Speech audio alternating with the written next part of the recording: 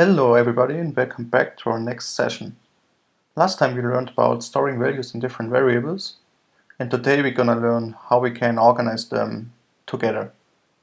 In order to do so, I will present you arrays, lists, sets, maps, and also data classes. So let's write it down to have some structure.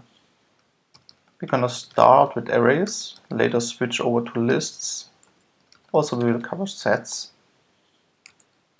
Then we will have a look at maps. And finally, I will show you how data classes work. Let's begin with arrays. Arrays have a fixed size, and I personally would only use them for performance reasons, so most of the time you're better off just using a list instead. So let's have a look how we define a string array in Kotlin. Kotlin has a lot of helpful help methods.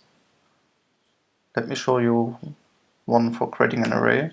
The syntax is pretty similar to creating a variable actually. It's create an array called my string array and just assign the value using array of, and then we can give it any string.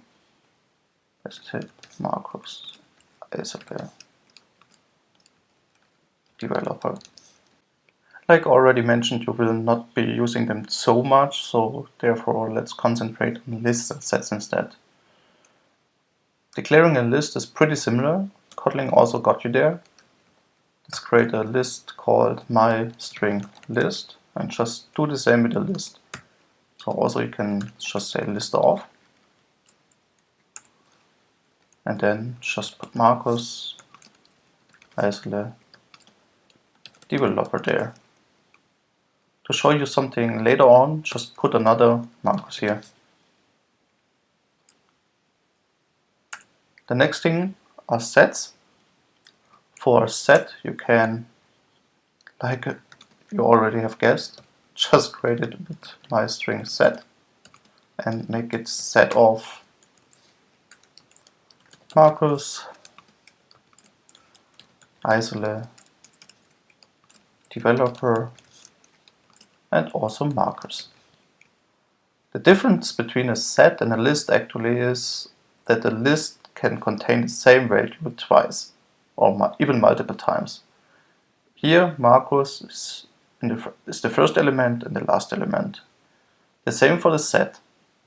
But the interesting thing happens when we now say, hey, how many elements are in these collections? Therefore, just let us print the sizes of these.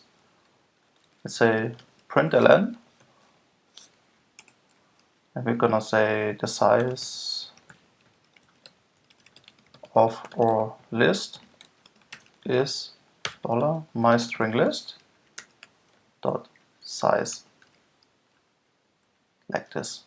Now we can duplicate the line and say the size of our set is my set,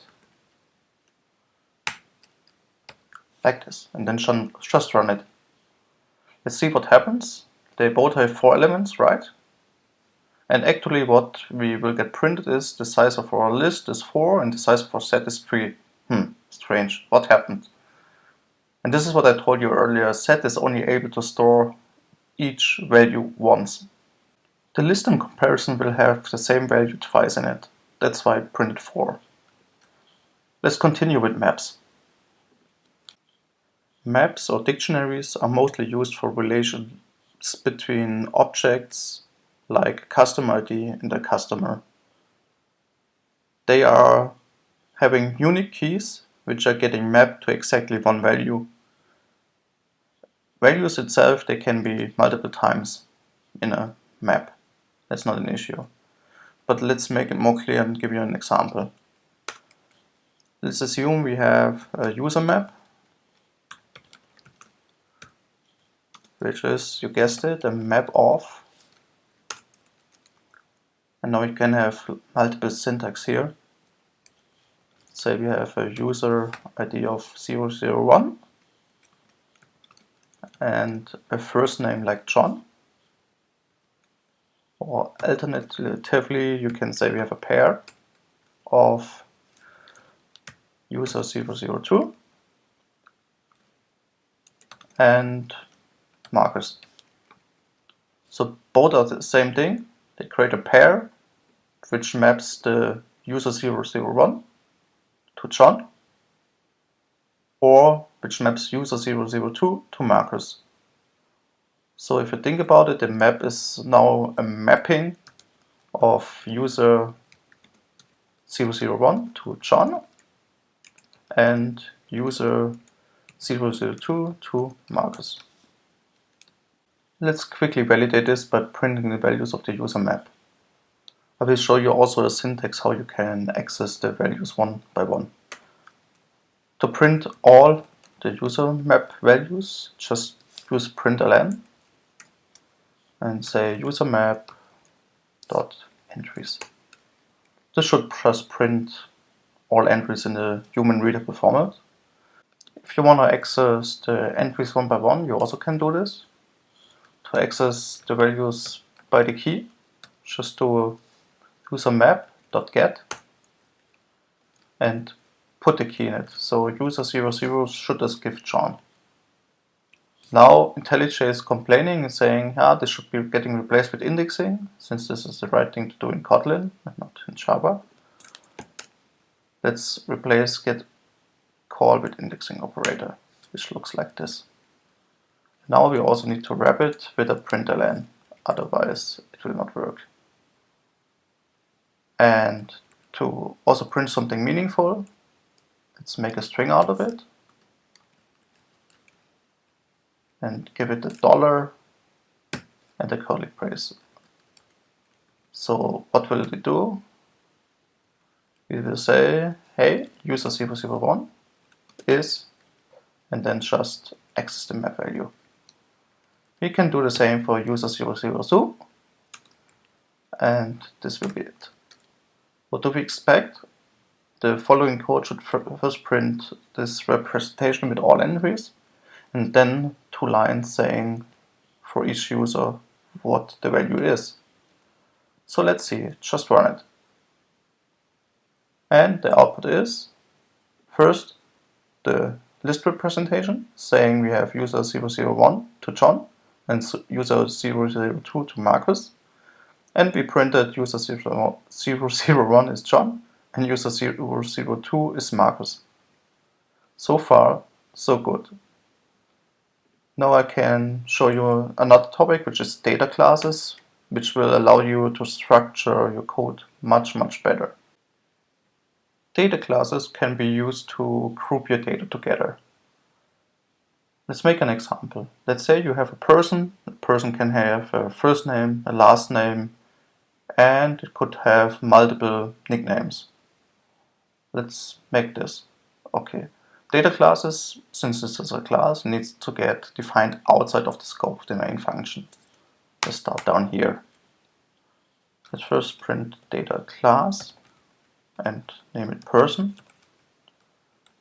And similar to variables earlier, we will also define the fields here. Let's make it val. First name is a string. And we have another value which is a last name. And also we will have a list of nicknames. And this is a list of string. When you are defining types, you have to put these in these angle brackets, but don't let this confuse you now. How can we use data classes in our code? Switch back up, and now let's say we have a person map, which is actually a map of, and now use as key, I would say, let's use our first name, Marcus, and we want to map it to a person of Marcus, isolate, and let's give it a nickname list, which will be list of Mo, since this is one of my nicknames, and also isolate ms, because this is my GitHub handle. The good thing is we can now directly print this.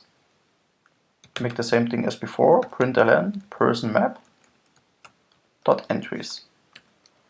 It should print a good representation of the map. And also person is getting printed nicely. Here we can see it. Now we have a mapping of Marcus to this person. And this whole data belongs now together. This is quite useful. And now dealing with the data, you have a lot of context when working with it. For example, we can say person map dot, let's do again get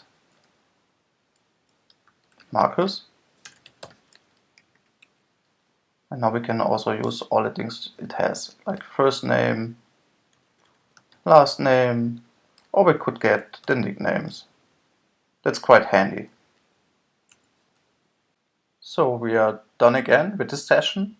I think you learned quite a lot about arrays, lists, sets, map, and also about data classes. And now you should be able to store multiple values at once. I really hope you enjoyed this, and I would love to see you also next time. Bye.